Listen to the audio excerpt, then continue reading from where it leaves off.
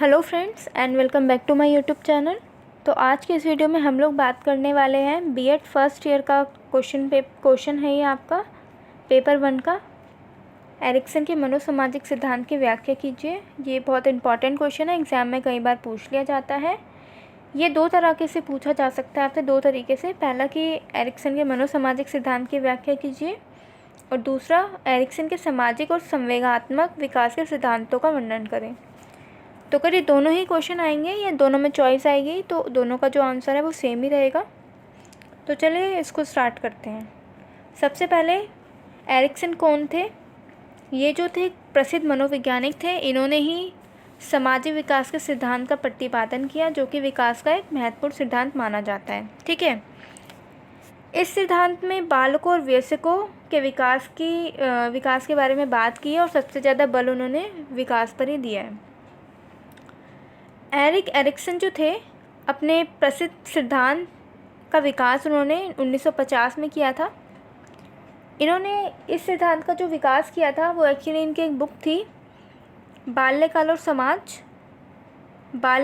समाज इनकी एक बुक थी, जिससे ये सामाजिक सिद्धांत जो था, मनोसामाजिक सिद्धांत, इसका प्रतिपादन हुआ। ठीक है, और इनके सिद्धांत को, मनोसामाजिक सिद्धांत को, एरिक्सन का मानव विकास चक्र का सिद्धांत भी कहा जाता है। इसके बाद मनोसामाजिक सिद्धांत, उसकी कुछ अवस्थाएं हैं, स्टेजेस हैं, उसकी विशेषताओं के बारे में हम बात करेंगे। देखिए, एरिक्सन के अनुसार प्रत्येक मनुष्य के साथ एक ऐसी मनोसामाजिक दशा उत्पन्न होती है जिसमें व्यक्ति के जीवन काल में ऐसी संघर्षपूर्ण स्थिति उत्पन्न होती है जब मनुष्य मानसिक रूप से परिपक्व होता है। जब मनुष्य क्या होता है, मानसिक रूप से मैच्योर होने लग जाता है, तथा उसकी कुछ सामाजिक आवश्यकताएं जो हैं वो उत्पन्न होने लग जाती है। जब व्यक्ति क्या होता है, जब वो मेंटली क्या हो जाता है, मैच्योर हो जाता है, तो जो सोसाइटी होते हैं उसमें जो उसकी नीड्स होती हैं, सोसाइटी के प्रति जो उसकी नीड्स है सोसाइटी में, उसके प्रति क्या होता है, वो अवगत हो जाता है। उन सामाजिक आवश्यकताओं तथा जैविक परिपक्वता के बीच अंतक्रिया होने से उसमें एक विरोधाभास तथा तनाव की स्थिति उत्पन्न हो जाती है। जैसे जैसे वो मैच्योर होता है, सोसाइटी में जाता है, उसको पता चलता है कि सोसाइटी में उसको किन किन चीज़ों की नीड है, तो उसके अकॉर्डिंग क्या होता है, वो चिंतित भी हो जाता है और तनाव की स्थिति भी उत्पन्न हो जाती है। दूसरा क्या कहते हैं, मनुष्य के जीवन में होने वाली मनोसामाजिक दशाओं में कुछ तत्व ऐसे होते हैं जो व्यक्ति पर कुछ सकारात्मक प्रभाव तथा कुछ नकारात्मक प्रभाव डालते हैं। ठीक है, मनुष्य में बहुत सारी ऐसी चीज़ें होती है हमारे साथ जिनका हमारे ऊपर कौन सा प्रभाव पड़ता है, सकारात्मक भी और नकारात्मक भी, जो व्यक्ति अपने विवेक के द्वारा इस महत्वपूर्ण स्थिति में सामंजस्य बैठा पाता है। जब हमारे साथ ऐसी सिचुएशन आती है कि हम नेगेटिव और पॉजिटिव में बहुत ज़्यादा कंफ्यूज होते हैं या हमें समझ नहीं आता है, तो ये सिद्धांत क्या करता है, उन दोनों में बैलेंस बनाने का प्रयास करता है। उसके व्यक्तित्व का विकास ठीक प्रकार से होता है, उसमें नकारात्मक तत्व नहीं आते। तो वो क्या करता है, जो हमारे नेगेटिव पॉइंट्स होते हैं उनको हटा देता है और उसमें बैलेंस बनाने का प्रयास करता है, और व्यक्ति का जो विकास है उसको ठीक करने का प्रयास करता है।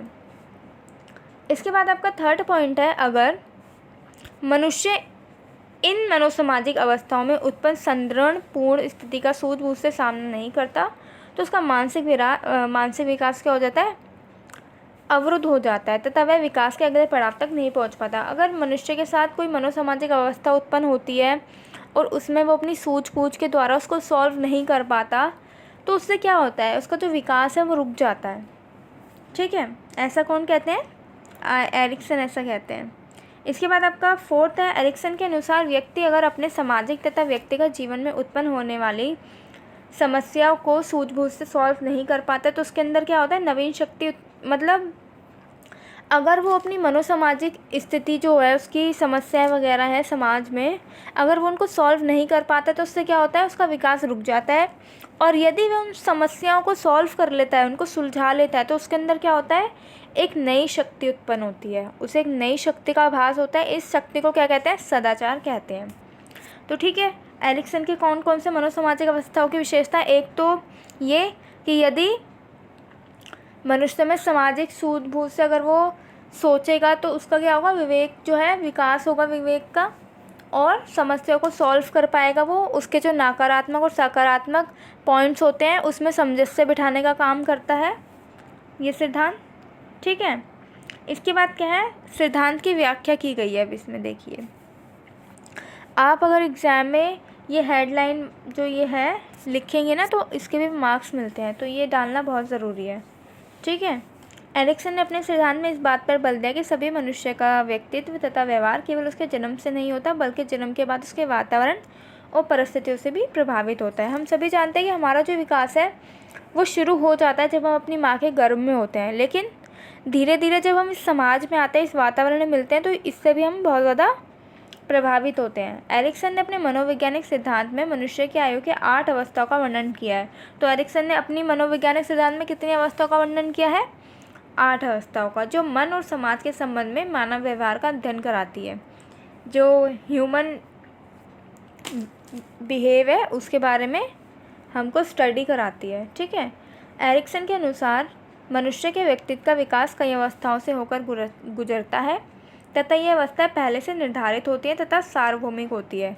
देखिए, एरिक्सन का मानना है कि जो व्यक्ति का विकास है वो बहुत सारी अवस्थाओं से होकर गुजरता है और ये यूनिवर्सल है, सार्वभौमिक है ये। ठीक है, तथा ये अवस्थाएं जो होती हैं ये पहले से निर्धारित होती हैं कि बच्चा जब इस दुनिया में आएगा तो वो इन परिस्थितियों से होकर ही जाएगा। ठीक है, तो मनोसामाजिक की अवस्थाएं पढ़ लेते हैं हम, जो 8 अवस्थाएं उन्होंने बताई है।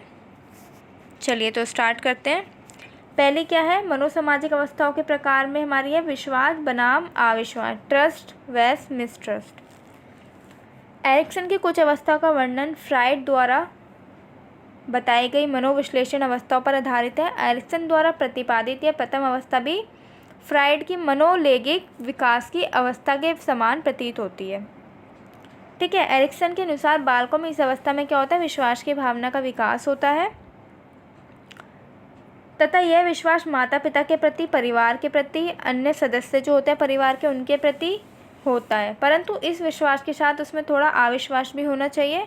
यदि उसमें अविश्वास नहीं होगा तो वो जल्दी से किसी की भी बातों पर यकीन कर लेगा तथा कोई भी आसानी से उसको मूर्ख बना सकता है। तो पहला क्या आता है, ट्रस्ट वैस मिसट्रस्ट। इसको हिंदी में क्या कहेंगे, विश्वास बनाम अविश्वास। इसके बाद दूसरा क्या है, ऑटोनॉमी वर्सेस डाउट, मतलब स्वतंत्रता बनाम संदेह। एरिक्सन के अनुसार बालकों में यह अवस्था क्या है, 2 से 3 वर्ष तक होती है। स्वतंत्रता से अभिप्राय नहीं कि बच्चों को कुछ भी करने की स्वतंत्रता हो। इस स्वतंत्रता का अर्थ है कि बच्चे पर निगाह रखते हुए उसे कुछ कार्य को करने दिया जाए। ठीक है, इसमें क्या, स्वतंत्रता का मतलब यही नहीं कि जाओ बच्चे तुम कुछ भी करो। इसमें यह है कि बच्चों की निगरानी करते हुए उनको कुछ स्वतंत्रताएं दी जा सकती हैं। ठीक है, संदेह से क्या अभिप्राय है, डाउट से कई बार माता पिता बच्चों से ऐसा कोई कार्य करने के लिए कह देते हैं जिसे करने से बच्चा शर्म या लज्जा का अनुभव करता है। ये लज्जाशीलता के गुण के कारण बच्चों में और भी बहुत सी सामाजिक मनोवृत्तियाँ पैदा हो जाती हैं, जैसे वह संदेह से घिर जाता है, शक्तिहीनता आदि का अनुभव होता है। ठीक है, इसके बाद आपका तीसरा कौन सा है, पहल शक्ति बनाम दोहरारोपण। ये अवस्था कब से कब तक होती है, 4 से 6 वर्ष तक होती है। इसमें क्या होता है, बच्चे जो होते हैं वो दूसरे के कार्य को देखकर खुश होते हैं।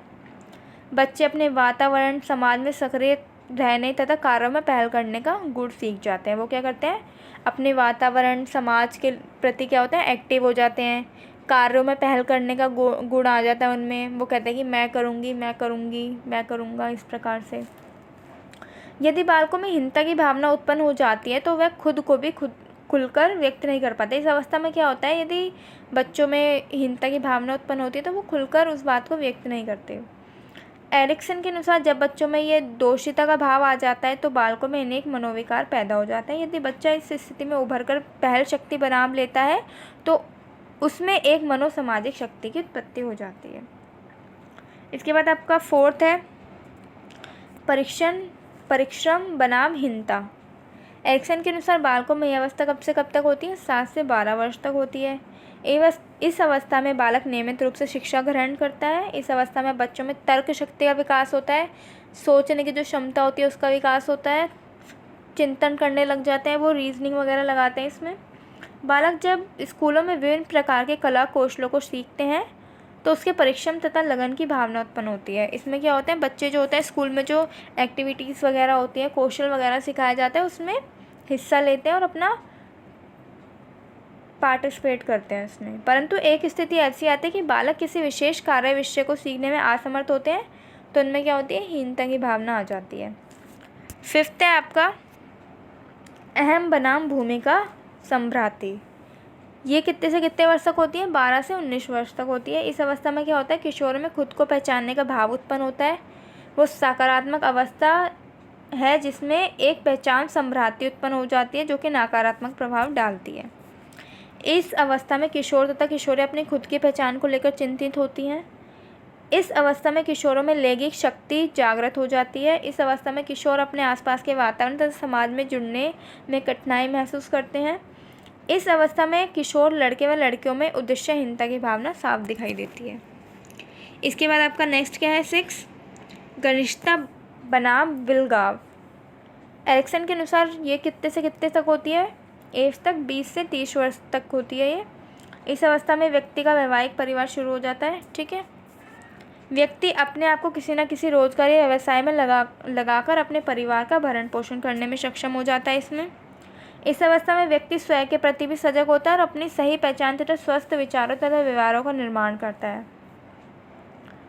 इस अवस्था में कई बार ऐसा भी होता है कि व्यक्ति कुछ कारणों से लोगों के साथ अपने व्यक्तित्व संबंधों घनिष्ठता विकसित नहीं कर पाता, खुद तक ही सीमित रहता है। और 5th है आपका जब ये स्थिति किसी मनुष्य में अत्यधिक मात्रा में हो जाती है तो कई बार व्यक्ति का व्यवहार समाज तथा नैतिकता के विरुद्ध हो जाता है। जो अपने अपने बारे में ही सोचता है, उसे मतलब नहीं होता किसी और से, तो ये क्या है, समाज के लिए ये अच्छा नहीं होता। लोकहित 7 है आपका लोकहित बनाम स्थिरता। एरिक्सन ने व्यक्ति की यह अवस्था जो है 30 से कितने 65 वर्ष तक की है। 30 to 65 ईयर्स की ये अवस्था होती है, स्टेज होती है। इस अवस्था में क्या होता है, मनुष्य के अंदर लोकहित की भावना उत्पन्न हो जाती है। वह दूसरों का कल्याण तथा समाज को उन्नत बनाने का प्रयत्न करता है। वास्तव में लोकहित से अभिप्राय जो हमारे एजेड होते हैं, ओल्ड होते हैं, दादा दादी वगैरह बुजुर्ग होते हैं, अपनी जगह आने वाली पीढ़ी के हित के बारे में सोचते हैं। जब व्यक्ति इस स्थिति का सफलतापूर्ण सामना कर उसमें से बाहर आ जाता है तो ऐसी स्थिति में एक विशेष मनोसामाजिक शक्ति उत्पन्न होती है जिसे क्या कहते हैं, केयर। जब व्यक्ति इस स्थिति का सफलतापूर्वक सामना कर उसमें से बाहर आ जाता है तो क्या होता है कि एक ऐसी स्थिति का विकास होता है जिसको हम क्या कहते हैं, देखभाल। आपका लास्ट है अहम शून्यता बनाम निराशा। इसको इंग्लिश में कहते हैं ईगो इंटीग्रेटिव्स वेस डिस्पेयर, आई गेस यही कहते हैं शायद, इंटीग्रेटी। आप एक बार देख लीजिएगा। एरिक्सन के अनुसार ये मनुष्य के मनोसामाजिक विकास की कौन सी अवस्था है, अंतिम और 8वीं। ये कितने से कितने वर्ष, 60 से 65 और उससे ऊपर की एज होती है इसमें। ठीक है, इस अवस्था में व्यक्ति का स्वास्थ्य तथा शारीरिक शक्ति क्षीण हो जाती है, आय के साधन खत्म हो जाते हैं। इस अवस्था में व्यक्ति का ध्यान अपने अतीत के दिनों और घटनाओं की ओर जाता है तथा वह बीते दिनों की सफलता और असफलताओं के बारे में सोचता है कि उसने अपने टाइम में क्या किया था, क्या नहीं किया, क्या करना चाहिए था। ठीक है, और कई बार वो अतीत के बारे में सोचकर, असफलताओं के बारे में सोचकर निराश भी हो जाता है, निराशा की भावना उत्पन्न हो जाती है। तो यह भावना अधिक विकसित हो जाती है तो इससे क्या होता है, मनोविकार उत्पन्न हो जाता है, बीमारी वगैरह शुरू हो जाती है। तो एरिक्सन के सिद्धांत के कुछ गुण हैं और कुछ अवगुण हैं, इनको डिस्कस कर लेते हैं। तो देखिए, पहला है, इस सिद्धांत में व्यक्ति के व्यवहार को सामाजिक परिस्थितियों से जोड़कर अध्ययन किया गया है। इस सिद्धांत में किशोरावस्था में होने वाले परिवर्तनों पर प्रकाश डाला गया है। इस सिद्धांत में व्यक्ति के निराशावादी दृष्टिकोण के साथ आशावादी दृष्टिकोण को भी शामिल किया गया है। एरिक्सन ने अपने सिद्धांत में व्यक्ति की आरंभ से अंत तक की मनोसामाजिक अवस्थाओं की विशिष्ट ढंग से चर्चा की है। ठीक है, अब इसके अवगुण क्या है। कुछ विद्वानों का कहना है कि एरिक्सन का सिद्धांत फ्रॉइड के व्यक्तित्व के सिद्धांत का ही प्रतिसव है, मतलब कि सेम ही है। एरिक्सन ने केवल इसे और अधिक सरल बना दिया है। ये क्या है, ये फ्रॉइड के जो फ्रॉइड ने दिया था व्यक्तित्व के सिद्धांत, ये सेम वही है, बस इसमें क्या किया है, थोड़ा बहुत इसको सरल बना दिया गया है, ईजी बना दिया गया है। एरिक्सन के सिद्धांत में अधिक आशावादी दृष्टिकोण अपनाया गया है। कौन सा आशावादी दृष्टिकोण अपनाया गया है एरिक्सन के सिद्धांत में? एरिक्सन ने कहा व्यक्ति बदलती हुई सामाजिक परिस्थितियों में समायोजन करके ही एक उत्तम नागरिक बन सकता है, परंतु ऐसा सदैव ही जरूरी नहीं होता। ठीक है। शुल्ज नामक मनोवैज्ञानिक ने एरिक्सन के सिद्धांत की अंतिम मनोसामाजिक अवस्था की आलोचना करते हुए कहा कि एरिक्सन ने इस अवस्था का पूर्ण तथा स्पष्ट रूप से वर्णन नहीं किया है। उनके अनुसार अंतिम अवस्था में व्यक्ति का विकास उतना नहीं होता जितना कि एरिक्सन ने वर्णन किया है। ठीक है। जो शुल्ज थे उन्होंने क्या कहा है, जो एरिक्सन ने लास्ट वाली स्टेज दी है, उन्होंने कहा है कि एरिक्सन जो है उन्होंने बहुत ज़्यादा बढ़ा चढ़ा के इसके बारे में बताया है, इस अवस्था के बारे में इतना नहीं होता है। तो ये आपकी एक छोटी सी वीडियो थी। एरिक्सन का अगर क्वेश्चन आएगा तो आप ये एज इट इज़ लिख सकते हैं, नोट्स बना सकते हैं इसके। ठीक है। और अगर आपको वीडियो पसंद आई तो प्लीज़ वीडियो को लाइक कीजिएगा, शेयर कीजिएगा, और अगर चैनल पे न्यू है तो प्लीज़ सब्सक्राइब भी कर दीजिएगा। आपका कमेंट, अगर आप कमेंट कर देंगे तो बहुत सही रहेगा, मेरे को थोड़ा फीडबैक मिल जाता है कि आपको मेरी वीडियोस कैसी लग रही हैं। तो गाइस, अगर वीडियो पसंद आई हो तो प्लीज़ लाइक कीजिएगा। Thank you.